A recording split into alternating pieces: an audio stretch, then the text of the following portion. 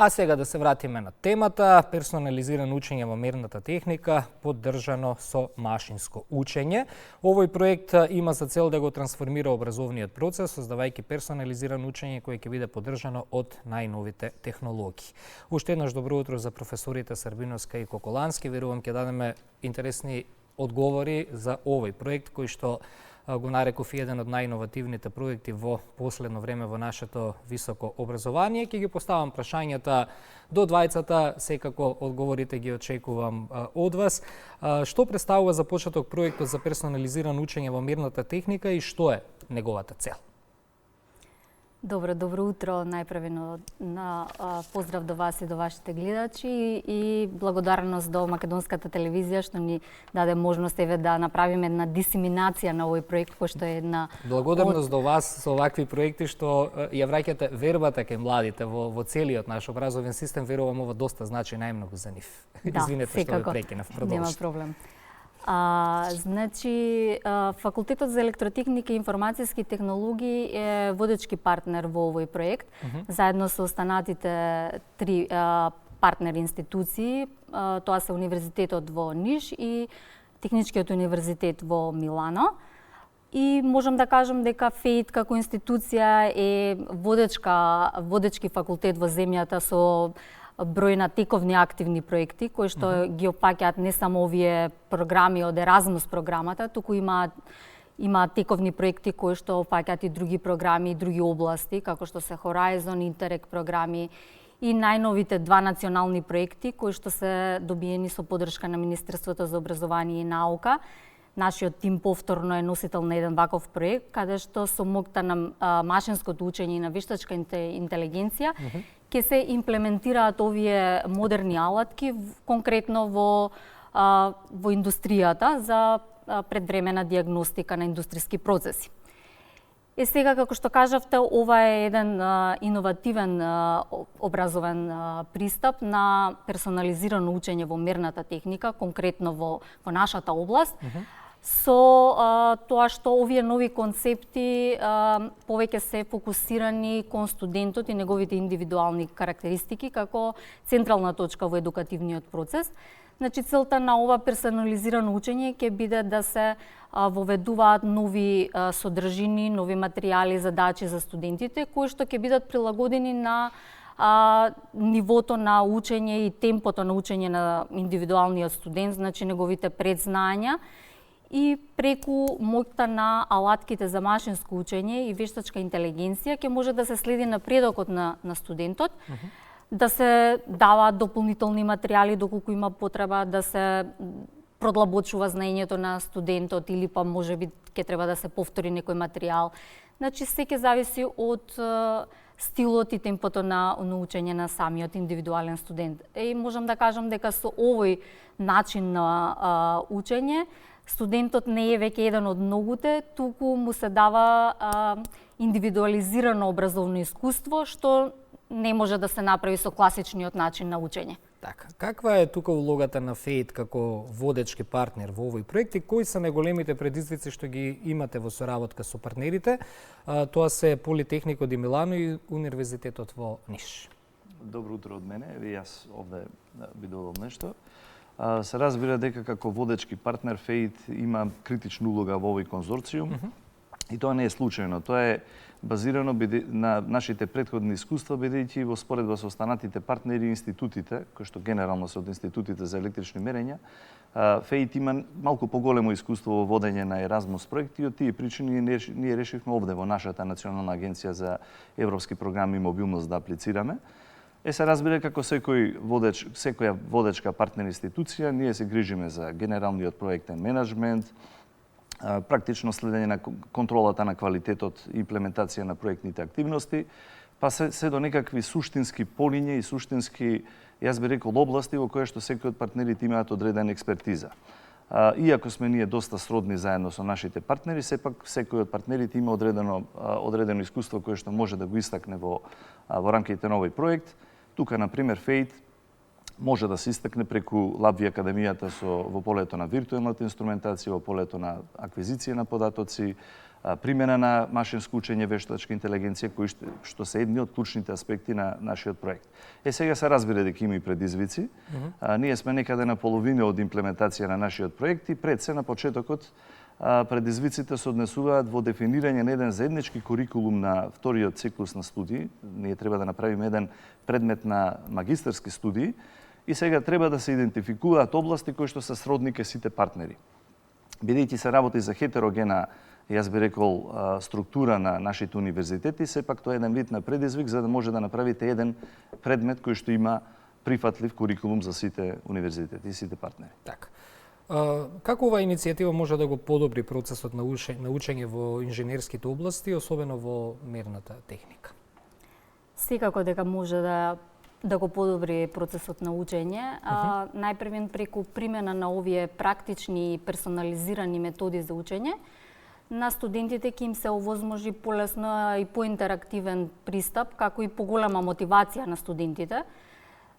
Значи, како што кажа колегата, ние сме веќе во првата фаза од имплементација на проектот, веќе завршува првата година од имплементацијата. Во оваа фаза потребно е да се подготват и да се имплементираат интерактивни материјали кои што ќе опаќаат нови пристапни техники, како што се колаборативно учење, превртени училници или флип класрум, учење базирано на игра, симулации и сето тоа нови техники кои што на студентот ќе му овозможат поголема мотивација и поголема интерактивност во пристапот на едукативниот процес. Така, ова претпоставам се и дел од придобивките за студентите во однос на персонализираното учење.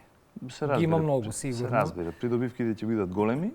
Пред се во насока на оптимизирање на материјалот кон самиот студент, базирано на неговите лични предзнаења, лични преференции во однос на стиловите на учење кои што и материјалот кој што сака да се пласира. И барем досегашните истражувања во оваа област, иако јас би рекол дека оваа област е прилично нова, укажуваат на тоа дека ефикасноста на учењето на студентот значително ќе се зголеми, што е еден од најголемите придобивки, бидејќи времето на студентите секогаш е критично. Така. Да. Ајде малку и за професорите, што оваа технологија ќе значи за нив и нивната улога во наставата? Каква е нивната подготовка за оваа нова улога? Така. Секако дека улогата на професорите малце ќе ги ослободи од тие рутински стандардни задачи и нумерички прашања. Јас би рекла дека повеќе може улогата на професорите да се насочи кон инспирација, креативност и менторство на студентите. Тоа би значило еден вид на трансформација на професорот од класични предавачи во ментори и водичи низ едукативниот процес, што значи дека не само пренесување на знаење на студентите, туку и насочување, поддршка и поттикнување на критичното размислување кај студентите и преку овие нови платформи кои што ќе треба во следната фаза од проектот да се реализираат, секако ќе бидат нови области за нас, секако и ние ќе треба да учиме од овие нови модерни иновативни пристапни техники, се со цел да се прилагоди нивото на знаење кон индивидуалните студенти.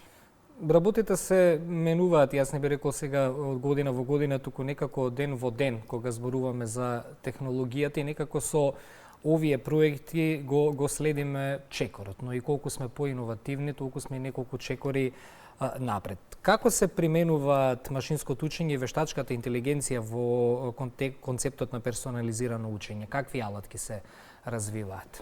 Видете, вообичаено, па и во нашиот проект, тенденцијата е да се користат веќе познати алатки на студентите, некои општо прифатени платформи кои што и онака нашироко се применуваат во високото образование, не само кај нас, туку и ширум светот. Па така нашата идеја е да ја користиме Moodle платформата која што пред се користи на нашиот факултет. Таа е една платформа на која што студентите може да ги добиваат сите материјали, сите едукативни материјали и да дури двонасочно да комуницираат со асистентите и професорите по одредениот предмет. Сега во рамките на таа Moodle платформа ќе бидат изработени повеќе алатки кој што се разбира дека и други универзитети ќе може да ги применат, не е ова привилегија само на нашиот факултет или универзитет. И тие алатки ќе се однесуваат пред се на две категории.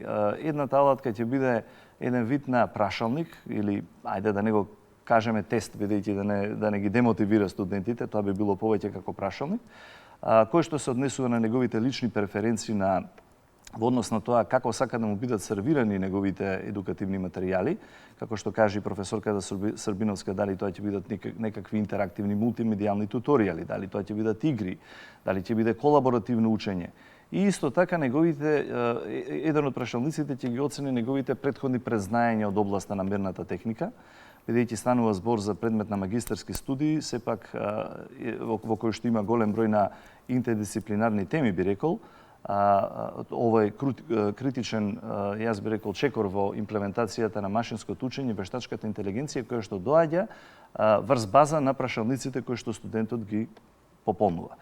И потоа овој алгоритам, кој што е претходно истрениран, ќе одлучи и ќе му ги пласира оптимално овие два аспекти. Значи, едно е материјалот од самиот предмет, а другото е начините односно материјалите за учење и совладување на знаењата. Сега, слушајќи ве вака внимателно, се наметнува и прашањето колку оваа иницијатива ќе влијае на академскиот успех на студентите. Ќе можеме ли да очекуваме некои статистики кои што ќе покажуваат резултати од ова учење, секако подобрување на резултатите од учењето? Сега за сега, значи не можеме да кажеме некоја рано е се уште. Сега е се уште рано, бидејќи персонализираното учење би требало да се имплементира во втората фаза од проектот, значи втората година. Можам да кажам само од литература што имам издвоено од европски универзитети дека овие нови концепти на учење го подобруваат 10 до 20% нивото на академскиот успех на студентите кои што ги користат овие нови иновативни платформи за персонализирано учење.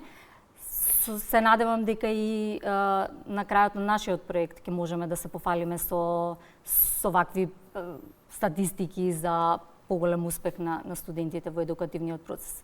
А како ќе се обезбеди континуирана евалуација на напредокот на студентите и што ќе биде следниот чекор во развој на оваа платформа?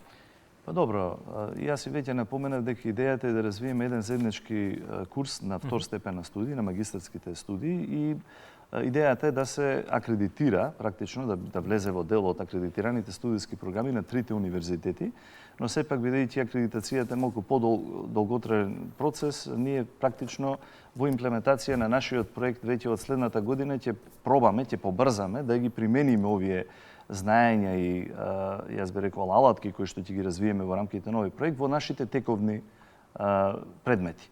Пред се на вториот циклус на студии. Тука, во рамките на имплементацијата на овие иновативни техники на учење, ние се разбира дека ќе направиме евалуација и мерење на сатисфакцијата на студентите, која што ќе биде прилично значајна, бидејќи се разбира дека никогаш, веројатно, решението не доаѓа, идеалното решение не доаѓа веднаш од прва, односно секогаш треба да се подобри, а подобрувањето е најдобро кога доаѓа од искуството на студентите од прво лице.